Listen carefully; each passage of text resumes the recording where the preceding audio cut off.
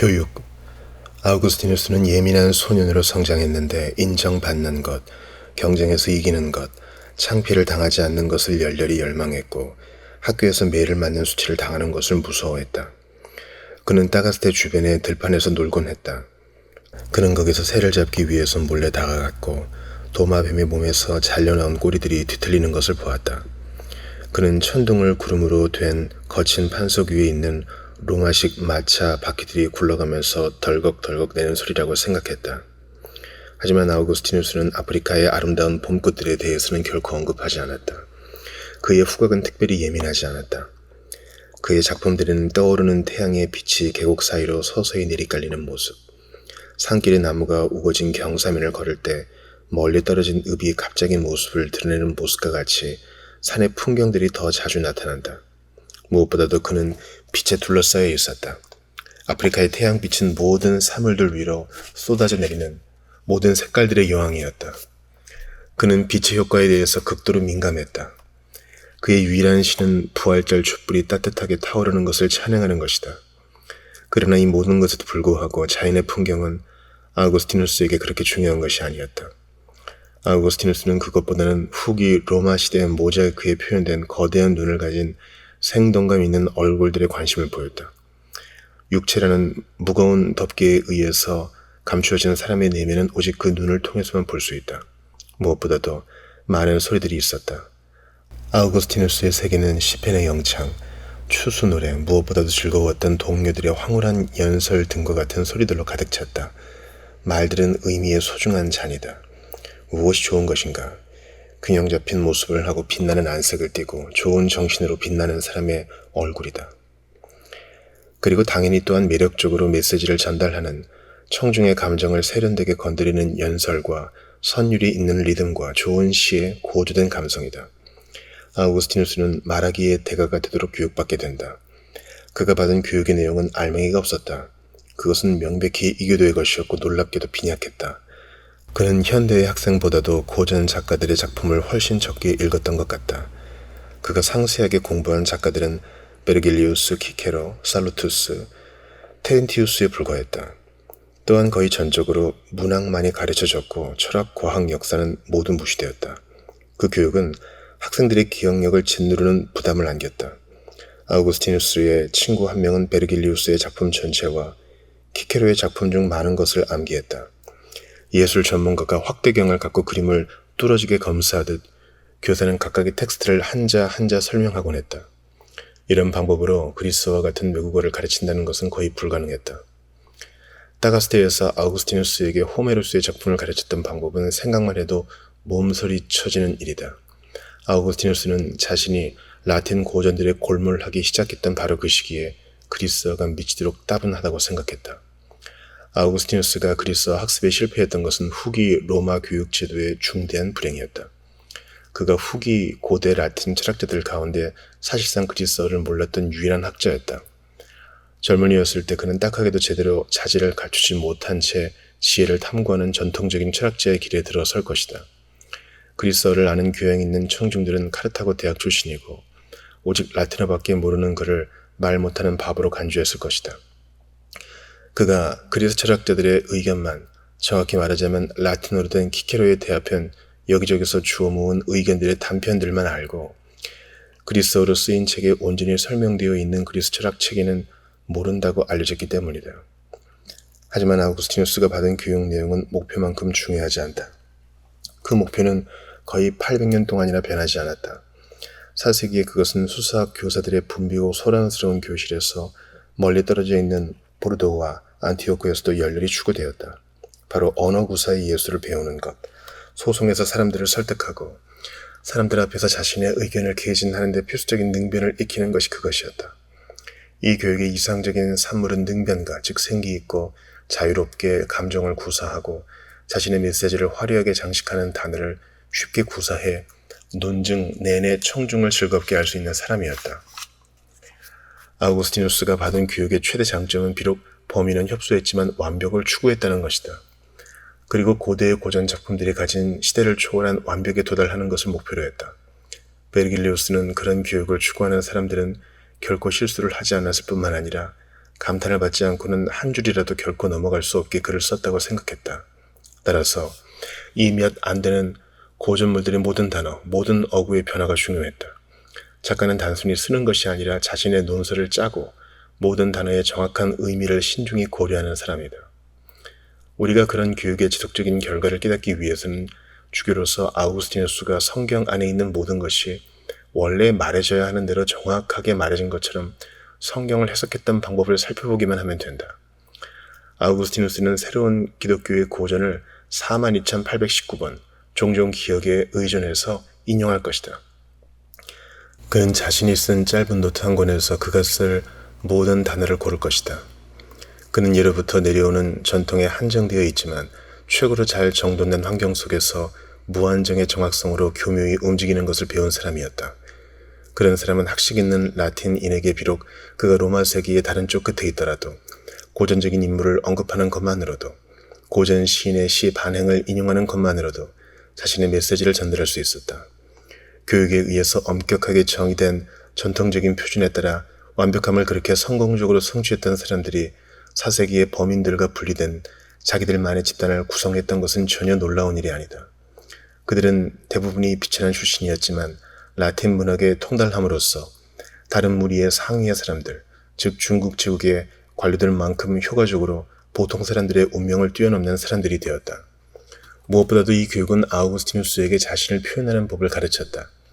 그는 자신이 눈물 흘리도록, 그리고 다른 사람을 눈물 흘리게 만들도록 권장받았다. 그는 학교에서 행한 연설에서 아에네아스가 카르타고에서 이탈리아로 떠나가는 것을 바라보는 유노의 격분과 비탄을 누그러뜨려서 상을 받기도 했다. 43세의 주교였던 아우구스티누스는 그 일이 나와 무슨 관계가 있단 말인가? 확실히 이 일, 유노가 스스로를 장작불에 태워 자살한 일, 이 일 내내 너무나 많은 연기와 바람이 있었을 것이라고 쓰게 될 것이다. 그런데도 20년 후 그는 자신이 최초로 상을 받은 이 일로 돌아갈 것이다. 소년 시절에 베르길리우스를 읽어 단연 최고로 간주되는 이 시인에게 일찍이 매도된 적이 있는 사람은 누구든지 이 장면을 반드시 기억할 것이다. 15세 때 아우구스티누스는 다가스테의 학교에서 끔찍한 채찍질을 경험했다.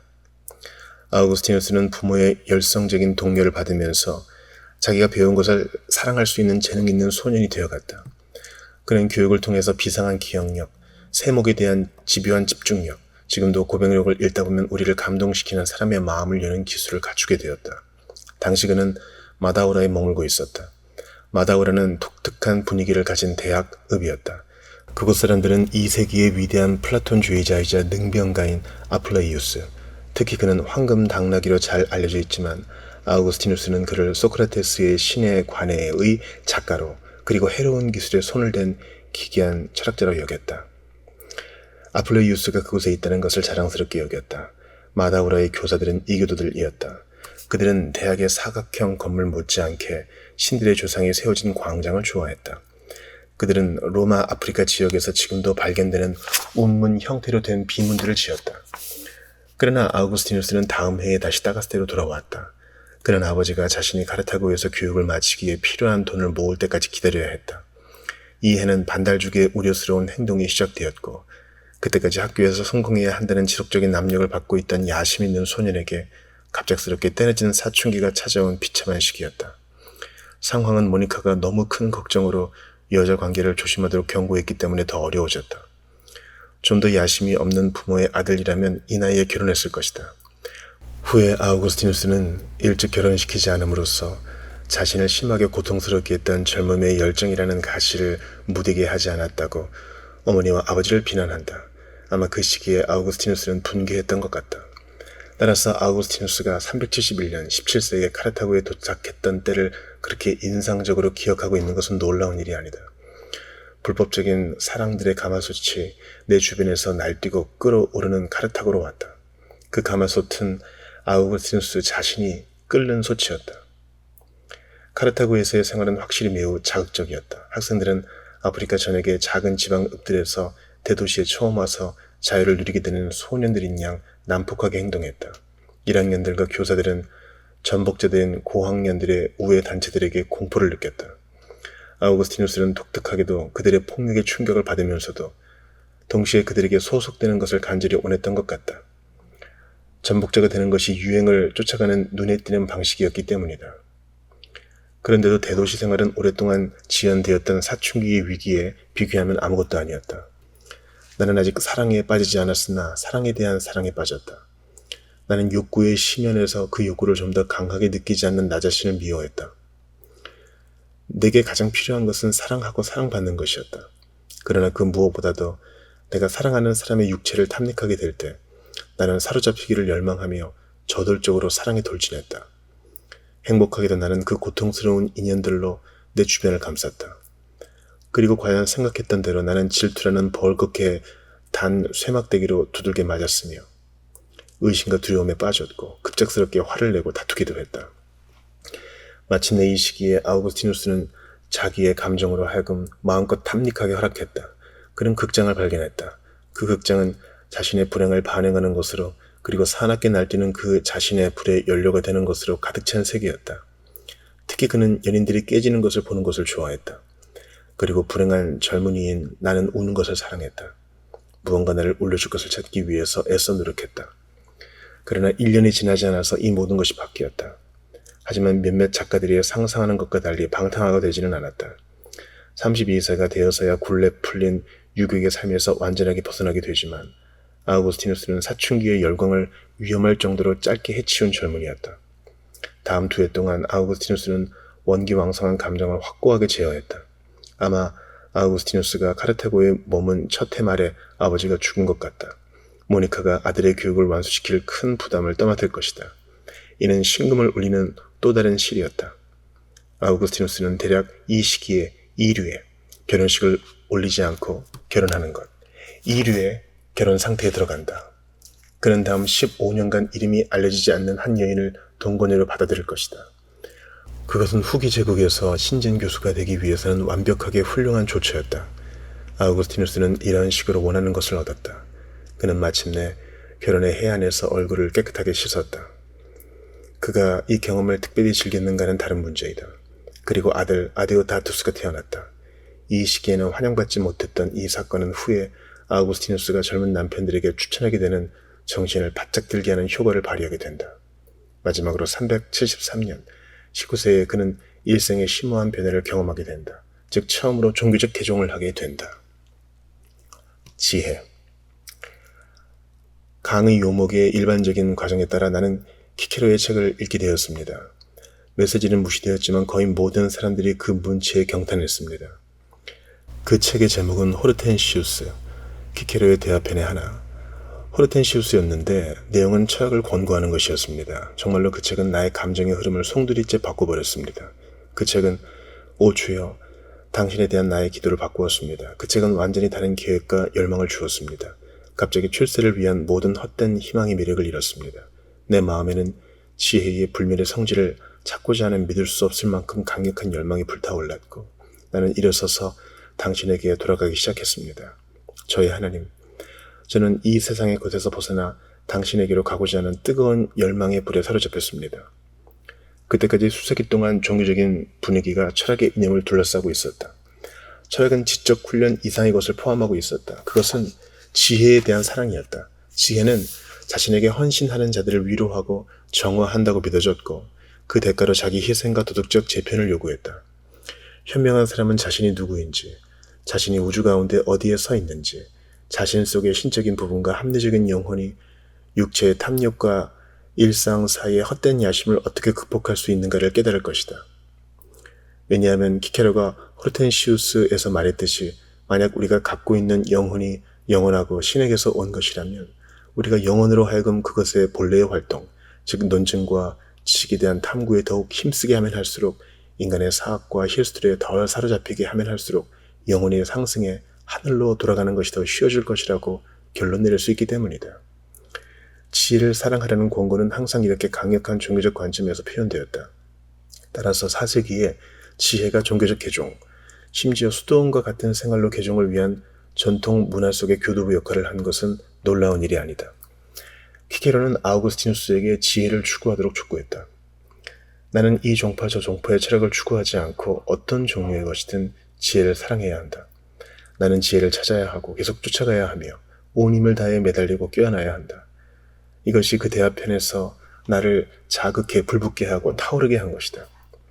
물론 아우구스티누스가 추구했던 지혜의 정확한 형태와 키케로가 인식했던 지혜는 매우 다른 것이다. 아우구스티누스는 기독교 집안에서 자란 소년이었다. 성인들의 글들만 후대에 남게 되는 시대에 젊은이 속에 있던 기독교의 잔류물이 어떤 성격을 갖고 있었는가를 파악하는 것은 매우 어렵다. 그러나 한 가지 명확한 것은 이교도의 지혜, 즉 그리스도의 이름이 없는 지혜는 전혀 고려 대상이 아니었다는 것이다. 아우구스티누스에게 이교주의는 아무런 의미가 없었다.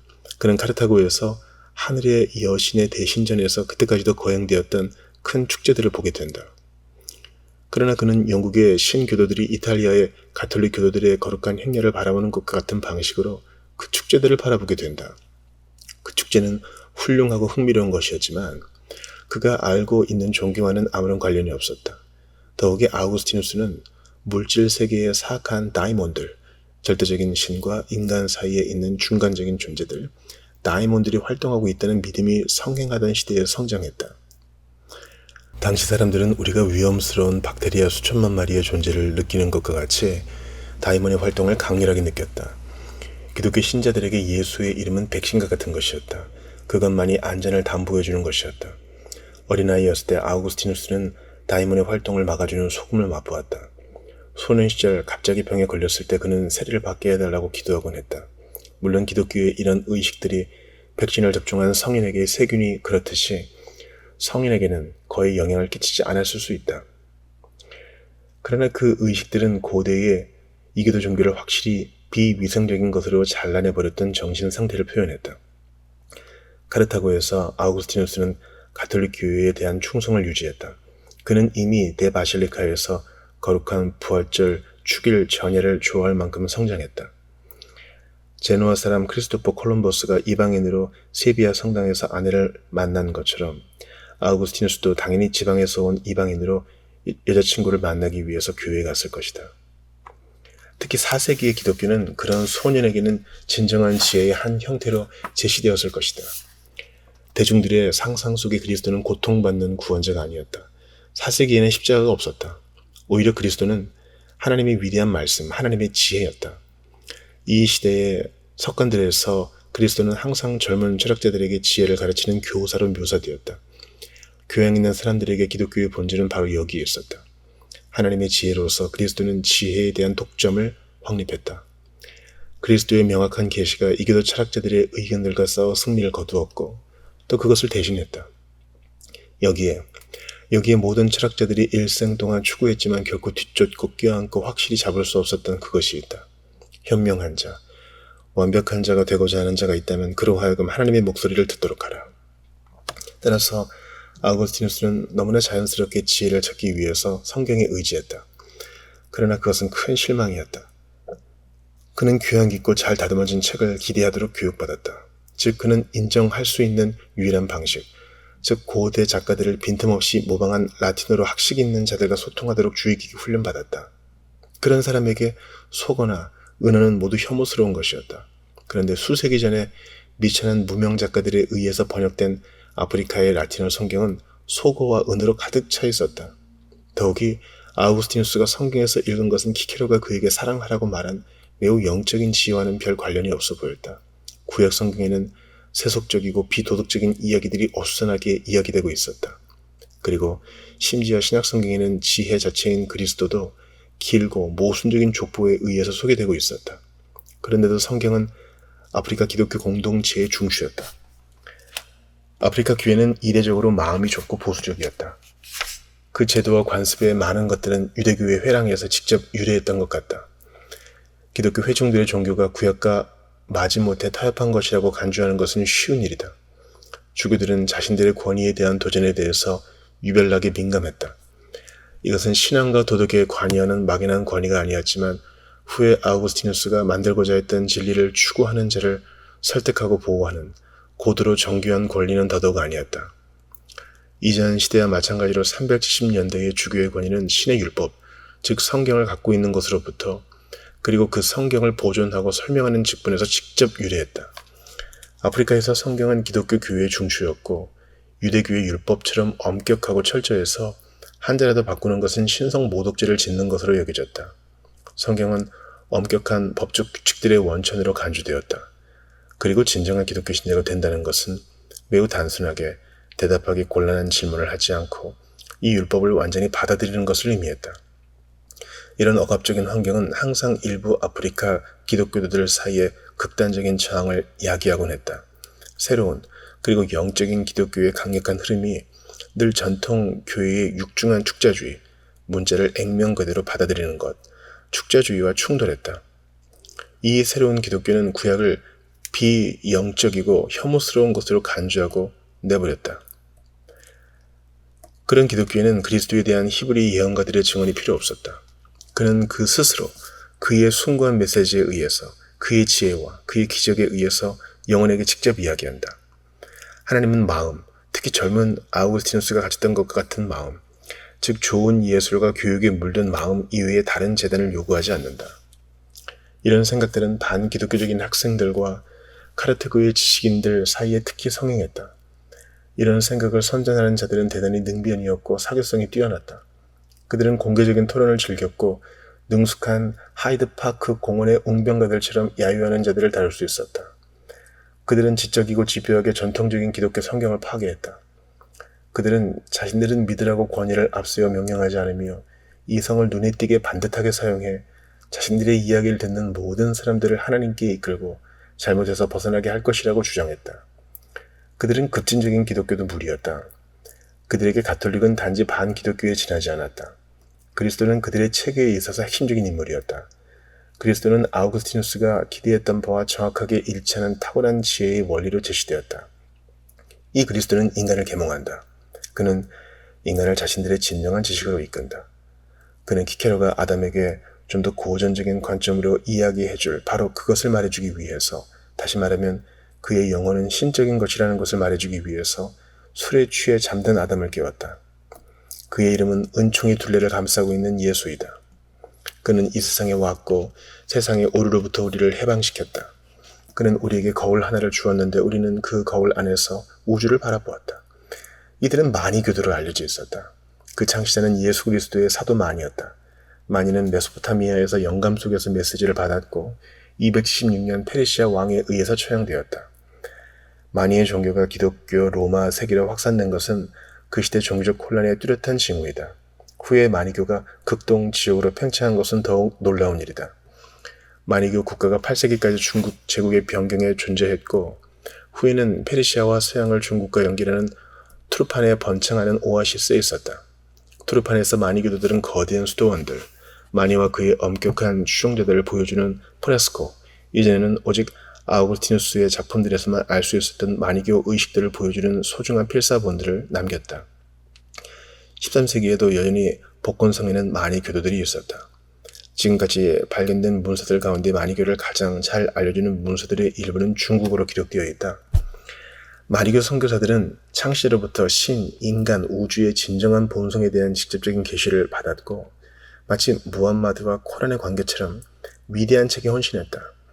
마니는 유일하고 진정으로 보편적인 교회를 세우도록 선교사들을 파견했다.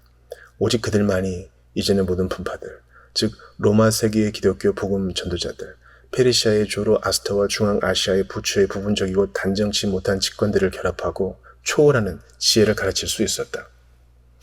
이 선교사들은 297년에 카르타고에 도착했다. 이들은 선택된 자들, 즉 금식으로 창백해지고 정교한 금기를 지키고 있던 남자와 여자 무리였다. 그들은 자기들 주변에 청문자들, 기독교의 교리문답을 하는 예비신자에 해당하는 존재, 청문자들을 모았고 청문자들은 그 영적인 영웅들, 즉 선택된 자들이 보여준 엄격한 금욕생활을 안전한 거리를 두고 떨어져서 찬미하는 것에 만족했다. 이들은 복잡한 비밀 기도를 행했으며 화려한 양피지들에 담긴 마니의 저술들을 갖고 있었기에, 그리고 빛과 어둠에 대한 이야기 뒤에 좀 더 심오한 메시지가 있는 것처럼 행동했기 때문에 저항할 수 없는 신비로운 분위기를 자아냈다. 그들은 아우구스티누스에게 열려있고 희석되지 않은 진리를 줄 것 같았다. 나는 단맛을 맛보았다. 나는 진리의 말씀보다 더 단 것을 찾지 못했다. 나는 단맛을 맛보았다. 나는 하나님의 맛보다 더 단 것을 찾지 못했다. 나는 단맛을 맛보았다. 맛보았다. 나는 그리스도보다 더 단 것을 찾지 못했다. 네가 너의 영과 함께 먹을 지혜가 너를 초청한다. 그러나 20살짜리 청년에게 지혜였던 것이 반드시 중년의 사람에게도 지혜인 것은 아니다. 아우구스티누스는 후에 꿈속의 음식은 실제의 음식을 매우 닮았지만 우리를 배불리지 못한다. 단지 꿈을 꾸고 있는 것이기 때문이다. 라고 논평했다.